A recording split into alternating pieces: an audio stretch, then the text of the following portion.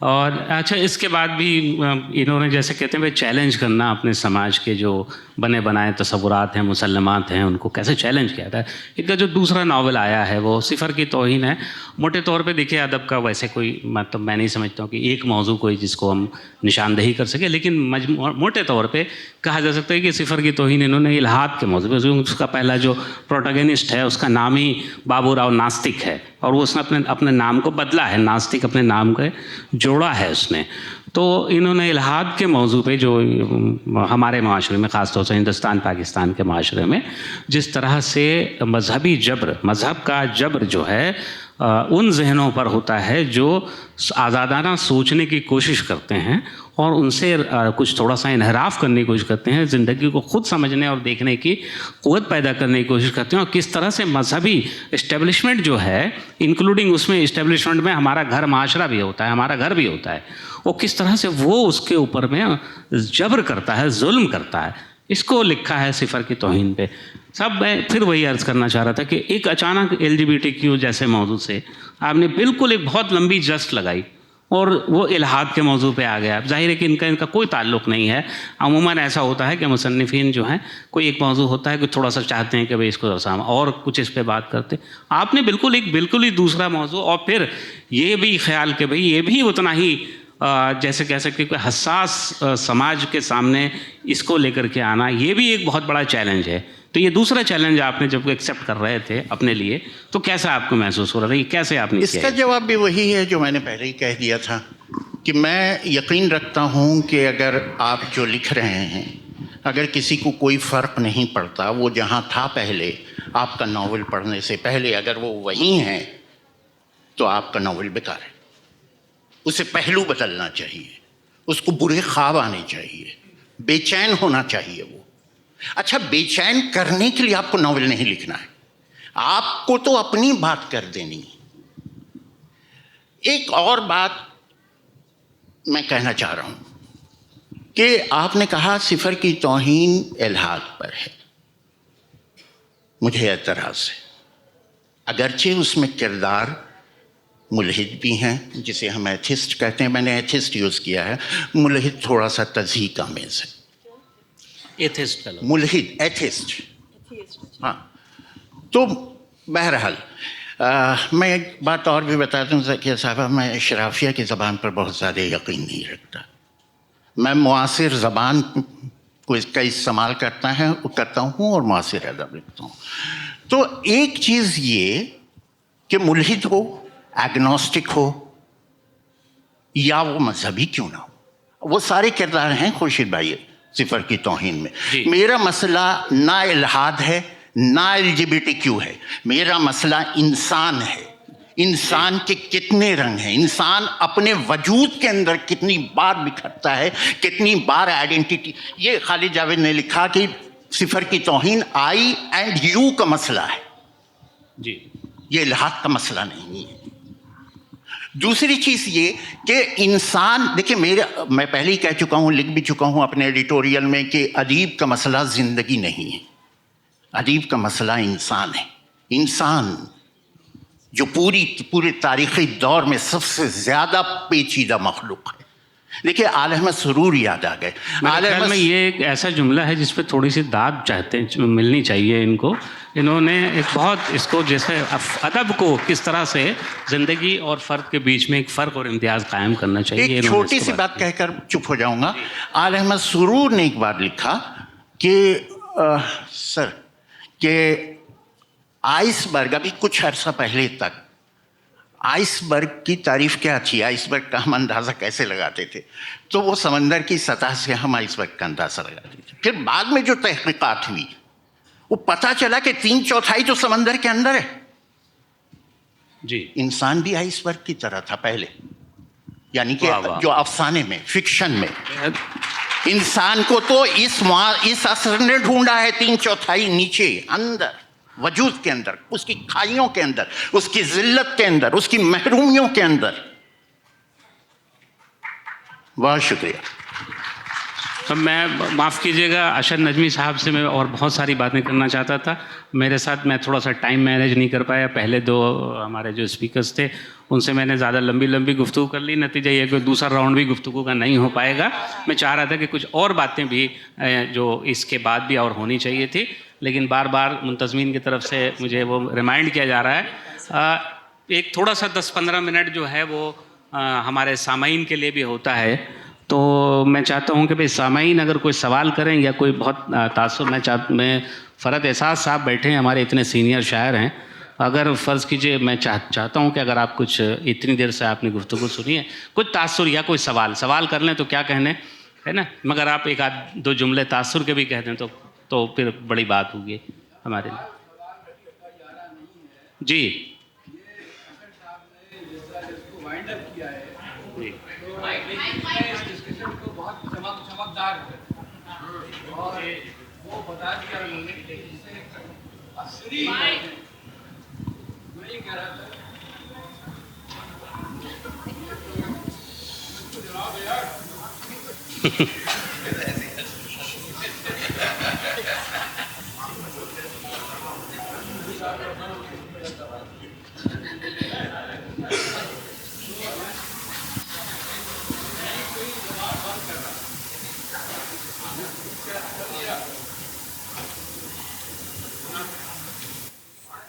جی جی بآواز بلند. یہاں پر جو ابھی مذاکرہ یہ ہوا سارا خیالات کا اظہار کیجیے، لیکن اصلی کا جو معاملہ تھا وہ آخر میں آیا اور انہوں نے ثابت کر دیا اشر صاحب نے کہ اصلی زبان کیا ہوتی ہے اور اصلی میں اور کتنے بہت سے اصل چھپے ہوئے ہیں، اور اس میں جو ایک کاٹ ہونی چاہیے، جو ایک سوئی والا نا، جو سوئی چبھائے اور اس کو انسان کو بالکل مرغے نیم بسمل کی طرح کر دے. تو میں مبارکباد دوں گا اشر نجمی کو کہ انہوں نے بہت چمکدار بنا دیا اس ڈسکشن. بہت شکریہ فرحت بھائی. اور ان کا ہونا یہ ثابت کرتا ہے کہ آج جو کچھ لکھا جا رہا ہے اس میں پچھلے لکھنے والوں کے لیے بھی عبرت ہے. بہت شکریہ فرحت احساس صاحب. کوئی اور صاحب کوئی سوال کرنا چاہیں؟ نہیں، ابھی 5 منٹ ٹائم ہے اور ہمارے اسپیکرز نے جو باتیں کی ہیں. جی نورین علی حق کچھ کہنا چاہتے ہیں. جی نوجوان افسانہ نگار ہیں. جی ابھی ان کا ایک مجموعہ آیا ہے، مختصر اور جی پوائنٹڈ. ہلو سر، میں اشر نجمی صاحب سے پوچھنا چاہتا ہوں کہ عمومی طور پر جو ہمارے بزرگ ہوتے ہیں وہ فرماتے ہیں کہ نوجوان نسلوں میں تنقید کو برداشت کرنے کی صلاحیت نہیں ہے. اشر صاحب مدیر بھی ہیں. میں یہ ان سے جاننا چاہتا ہوں کہ نوجوان نسل تنقید برداشت نہیں کر پاتی ہے یا پرانے ہمارے جو بزرگ ہیں وہ ہمیں اس لائق نہیں سمجھتے ہیں کہ وہ پڑھیں ہم؟ نہیں، میں آپ کا اس طرح جواب دوں گا، آپ ہی کی طرف سے، میں آپ ہی کی نسل کا ہوں. بالکل آپ ہماری نسل. میں اس طرح جواب دینا چاہتا ہوں کہ نوجوان، سوال کرتا ہوں بلکہ میں آپ کی طرف سے، نوجوان نسل تنقید برداشت کر نہیں پاتی یا آپ کو تنقید کرنی نہیں آتی؟ یوں کیجئے نا، سوال تو سوال بنتا ہے پھر، ہے نا؟ آپ جواب دیتا ہوں. دیکھیں یہ صرف آج کے عصر کا مسئلہ نہیں ہے، یہ ہمارے بزرگ بیٹھے ہیں، آپ ان سے دریافت کر لیجئے کہ یہ اس زمانے میں تھے جب وہ ہماری جگہ پہ تھے، جب وہ نیا لکھ رہے تھے، تو ان کے بزرگوں نے بھی تقریباً ویسی ہی ناانصافی کی تھی، تقریباً ویسی ناانصافی کی ہوگی. زیادہ تر لوگوں کا جو تخلیقی رویہ رہا ہے یا تخلیقی تجربہ رہا ہے وہ یہ سب کے ساتھ ہے. ابھی میں نے مثال دی تھی خالد جاوید کے بارے میں. ایک چیز بتا دیتا ہوں جو اس وقت نہیں کہا تھا خالد کے لیے. جب سے JCB ایوارڈ ملا ہے ان کو، تو میں دیکھ رہا ہوں اور حیرت میں ہوں کہ وہ لوگ جو کل تک خالد کے ناول کے خلاف تھے، موت کے، بلکہ ان کی پوری تحریر کے، ان کی کہانیوں کے، ان کے ناول کے، وہ بھی کہہ رہے ہیں ارے صاحب آپ کے تو ہم ہمیشہ فین رہے ہیں.